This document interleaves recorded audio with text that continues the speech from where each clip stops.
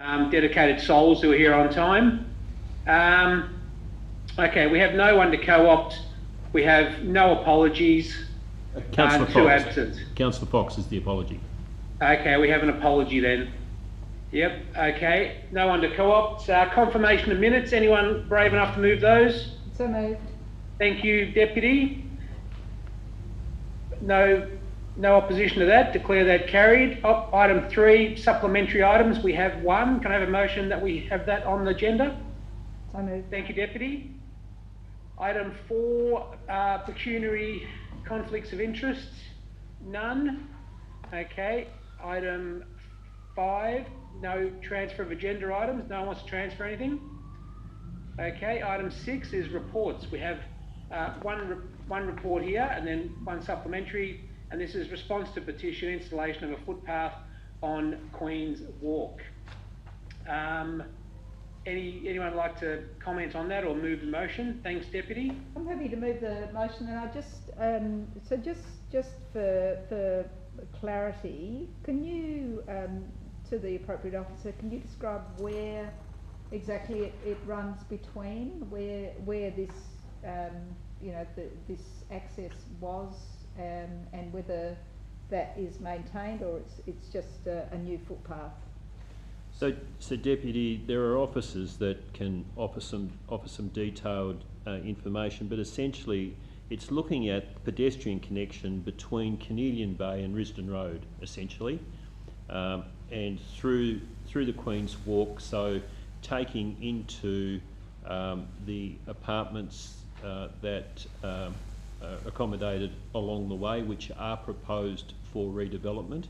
So it's really looking at that connectivity, and the proposal before you is to allocate some funding to enable a design. Really, it's identification of the most appropriate route and design of that in the first instance. So I don't know whether Mr. Jeffersoni or Lang has anything to add to that, but really that's the intent. Through the Chair, that's right. So it's a footpath already goes up from Cornelian Bay to Stainforth Court, or the accommodation there. And then from the proposed footpath is from those units to Queen's Walk and the Brooker. So we're not sure of the alignment. That would come out through the design, and we clarify all those details during that time. Does that answer your query, Deputy? Oh, just unless Mr. Jeffersoni's got anything else to add.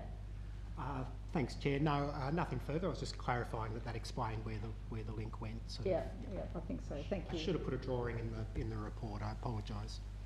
I think, Chairman, it's also important to note we're suggesting this $25,000 allocation in next year's budget for consideration, and we've identified the potential $250,000 in the subsequent year. But obviously, the route and the design will determine how much is necessary to build the footpath. Our very high-level working estimate is the 250. Yeah. Yep. Okay. Gordon, did you have a comment? No, I think it's a really good project, really important for this facility or these homes to have good pedestrian access. I was just wondering, is there a sort of a general range of the dollars per metre for a new footpath? Look, there is, Lord Mayor, but it depends on what sort of footpath we're building, whether it's hot mix or concrete, the width of the footpath, and whether it's simply going to be pedestrians or wider for whatever purpose, and it does depend largely on the alignment. So it's really, at this stage, we really are making guesstimates rather than estimates in terms of this particular project. Okay. Yeah, I've got a couple of questions or a couple of comments. There's potential work to be done on this area with regard to accommodation and things, I think, as referenced in the report. And I'm also aware that it's a tricky place as well. That there's a footpath, a new footpath that runs past the grounds, the council's sports grounds, and up to the housing project. But then it kind of ends, and any pedestrians have to walk along a bit of a dirt track, or even accessing the bus stops is a bit awkward as well. crossing across to the bus stop, which is quite busy in the morning from my observations.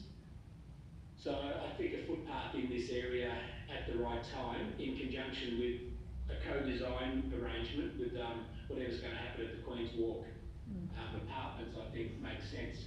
And that's what the intent is through to the director there. Correct, Chairman. Yes. Yep. So we won't necessarily have any sort of final designs until we understand the area a bit more thoroughly. That's right, and look, Director Cooper might have a comment as well, but certainly there's some conversations with the proponents of the Queen's Walk apartments to work out how they might accommodate vehicle parking and also pedestrian movements around that site. So that work is ongoing and will feed into this project. Yeah, sure. And just another observation I've made around that area, because I've spent a bit of time there the last year and a half, is the number of people that cross randomly, that run across the Brooker Highway. They come through the Queen's Walk, past our grounds on the other side of the road, and then run across between the traffic. So has there ever been any consideration of an overpass or something that funnels people in a better way to cross that road rather than running the gauntlet? I mean, Chairman, the hockey grounds are linked via a tunnel, and there has also been some work undertaken by the Parks team in terms of some master planning for Caninian Bay grounds. So I think as we look at this project, we can look at all of those options. I think if we are to consider any sort of pedestrian bridge to go over the highway, though, that takes this project into an entirely different category of consideration. We start to talk perhaps 250 million rather than 250,000. So I think... I'm not proposing that at the moment, because I know there's the underpass, and then there's the traffic lights, and people cross between the underpass and the traffic lights and run the gauntlet across the road. From my observations, from hanging out in the area a fair bit over the last little while. Anyway, but I'm happy with the recommendation here. Is it being moved by someone? Deputy. Thanks, Deputy. If there's no further discussion, I'll put the item. All those in favour, or any objection? I'll declare that carried. We'll move on to item 7, which is motions. Chairman, are you happy to take the supplementary next? Oh, sorry. Okay. Yeah, hang on. I've just got to open that.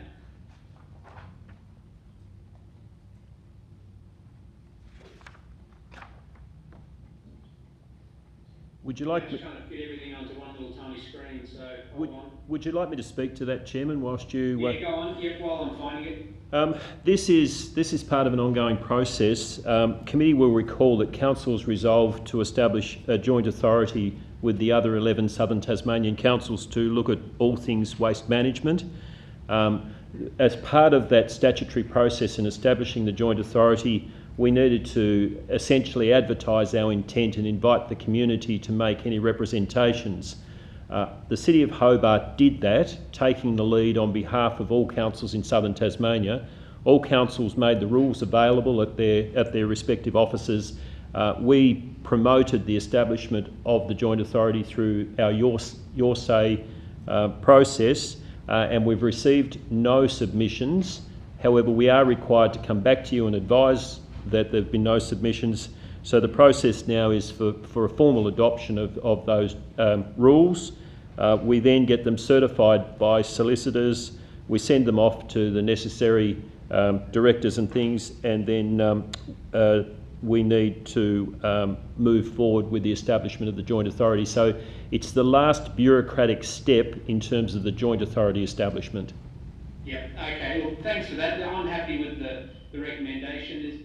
Would anyone like to comment on it? Lord Mayor, Deputy? Happy to move it again. Okay, moved by the Deputy. Thanks for the work on this, and I think it's good that we're progressing this and we're nearly there. Okay, any objections? Being none, I declare that carried. Going back to the main agenda, we're on to motions. So 7.1, exploring city bus options. Lord Mayor? Thanks, Chair. I trust that the motion's fairly clear, just by way of introduction. I guess the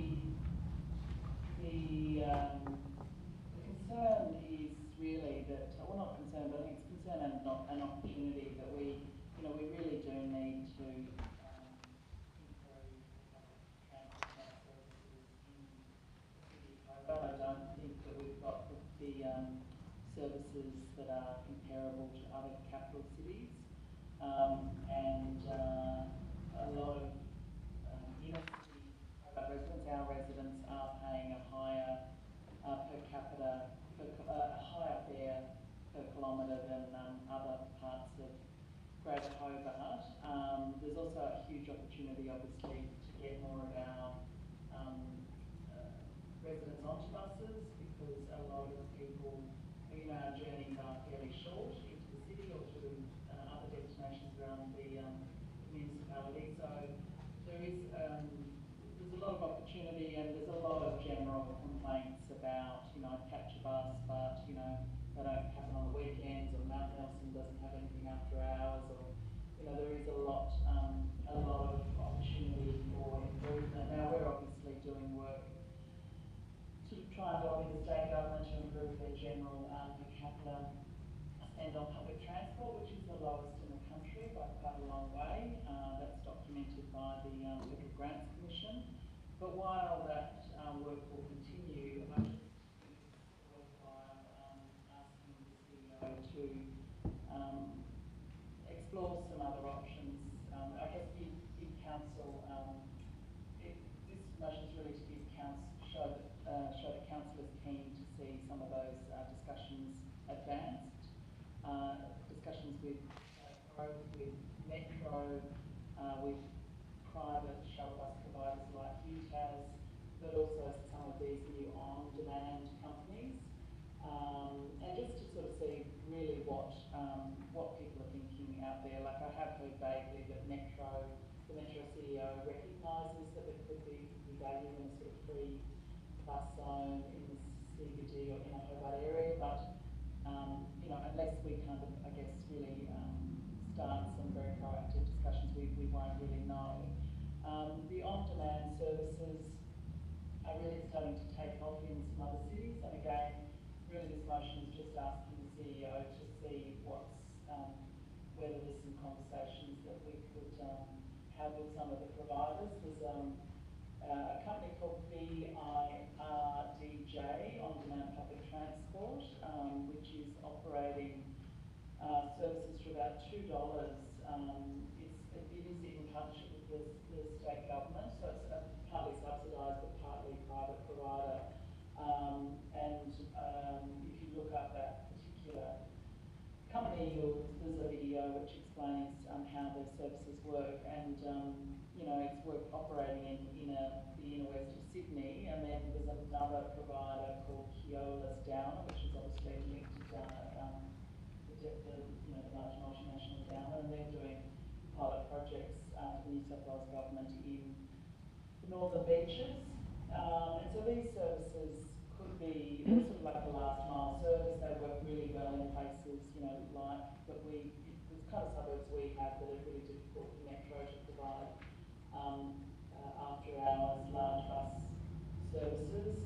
Places like Mount Nelson, Mount Stewart, or Upper Lena Gully, where the distances aren't that large, but and it could well be that these private providers are interested, and really this is just again a scoping exercise. So I think that's the main things I wanted to say. I mean, I've also detailed the free city loop services that are around in lots of cities, CBD cities, in the capital cities. Whether that's a particularly useful model for Hobart, I don't know. Maybe that's not. Maybe we don't have the numbers to really fill a free city loop service. But there could be again something that UTAS may want to kind of expand its current shuttle, and maybe with other partners it could be available not just for UTAS students but also for the general public, and be a slightly different service. And then obviously there's the sort of free travel in CBD areas, which is the model that some capital cities have, and it is in our Greater Hobart submission to have budget submission to have a free inner city zone. But again, it's really just to sort of explore a range of options and just see if we can, if council can just lead a bit of innovation in this space. Deputy, did you have a comment?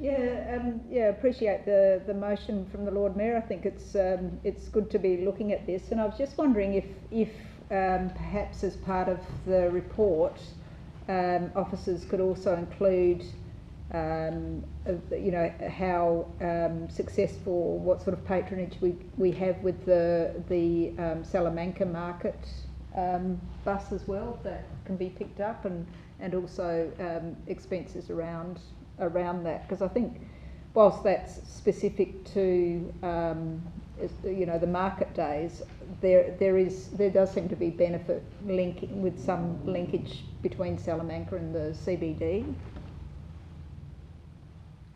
Yeah, I don't think that service operates anymore though, does it? Have we started that back? Through you, no, we haven't at this stage, because it supports the full market, so there would be a desire to restart that service once the full market begins. Right, okay, well, regardless, I mean, we should have some figures and costs Historical, yeah. associated with that. Thank you. Yeah, absolutely, absolutely. So I could, I guess we could just add that.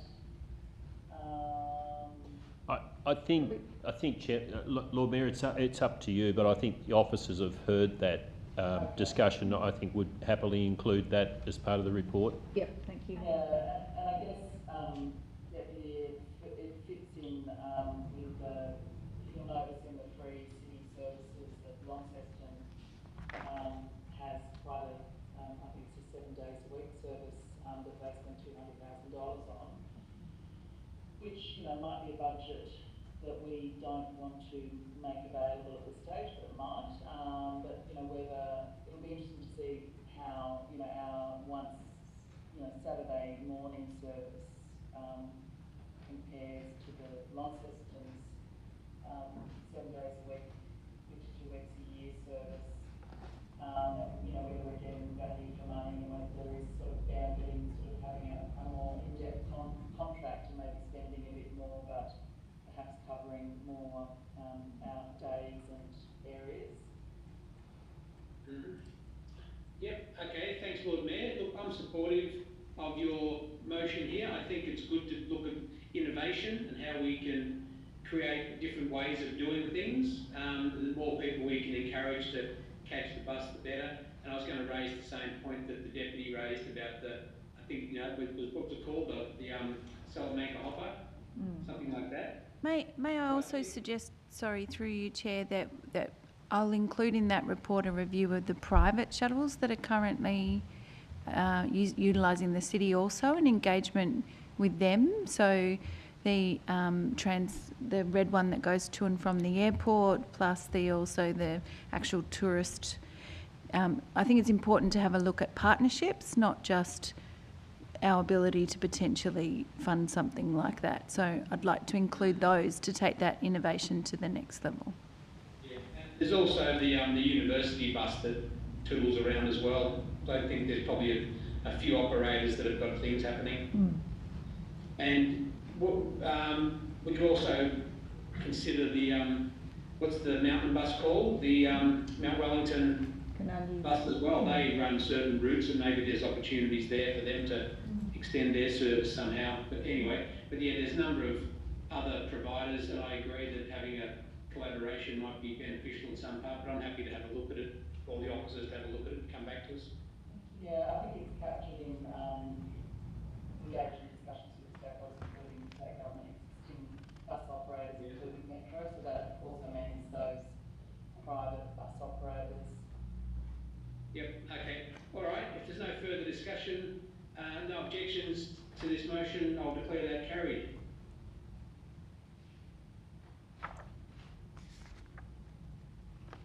So item 8 is Committee Action Status Report. 8.1, the Open Status Report. Any comments on that? Somebody like to move it? Thank you, Lord Mayor. No dissent, declare that carried.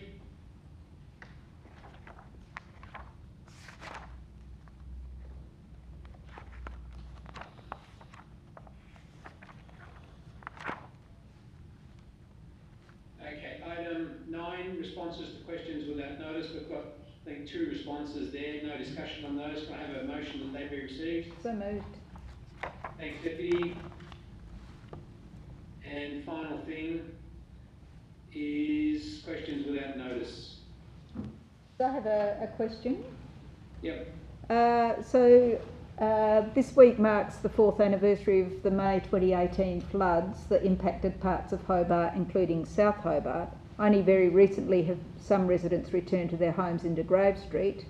In order to understand what mitigation has or needs to occur, particularly in South Hobart, could the Director please disclose, or relevant relevant officers here, could the Director please disclose what works have been done to accommodate the same or greater volume of water in any similar weather event, and is the remediation of the landfill at McRoby's Gully likely to cause any greater velocity and volume of water and debris runoff? We'll take that on notice, Chairman, because we've got quite a deal of information that's available, but it's complex. I think it is worth saying, though, in open council that there was extensive assessment of the McRoby site that confirmed that there was no intensification of flooding as a result of the McRoby site. In fact, the McRoby site itself was subject to the flooding. But I'm sure Mr Noy has heard that question and will provide that report. I will, Chair. Thank you. Didn't answer tonight, but that's all right. Thank you. Chair, I've got a question. Passed away. Just about the railway roundabout fountain. It seems to be having another sort of period of not operating. Can we sort of just get an understanding of, is it currently undergoing repairs, and I guess how many, I've got a vague recollection that this happens a lot, that this is a particularly problematic site. Look, Chairman, we'll take that on notice. I do know from my experience at that site, we were progressively replacing technology that was very old, but there were some technical issues that certainly at one stage were resolved, Lord Mayor, but I think we need to take it on notice and provide you an update. Thanks. And another one, I don't really want to get extra work because if you just want to tell me verbally, that's okay too. Just on the bin in the Birdie's Lane, is it? How that's going, and whether there's been able to be some resolution of the feedback about the sort of heavy lid. Again, Lord Mayor, we are continuing to work with that facility. Mr Holmes and I caught up on that very recently. There remains some technical difficulty that we're working through. Look, it is fair to say that project hasn't been smooth sailing, as you know, and has taken us much longer than we thought it would, and there's a whole range of reasons for that. But we are making some fabrication modifications to the hoppers, and we are presently commissioning some repair because we had some mechanical issue. But we're on the case, and it is getting our active attention because we're conscious that we want it to be operating to meet its initial expectation. Mr Holmes, have you got anything you want to add to that? Okay. And look, Lord Mayor, we'll keep you briefed. Okay. So sorry, did you say you were fabricating some hoppers? We're adjusting the hoppers. We're making fabrication changes to the hoppers so as to... The hopper is the thing you put the rubbish in. Oh, the bit that sticks out. Yep. And so we're making some fabrication changes to the internal size and capacity of that, just to give us a better operation. Okay, no further questions. I don't have any. Somebody like to move that we go into the close, please. Thanks, Lord Mayor. No objection.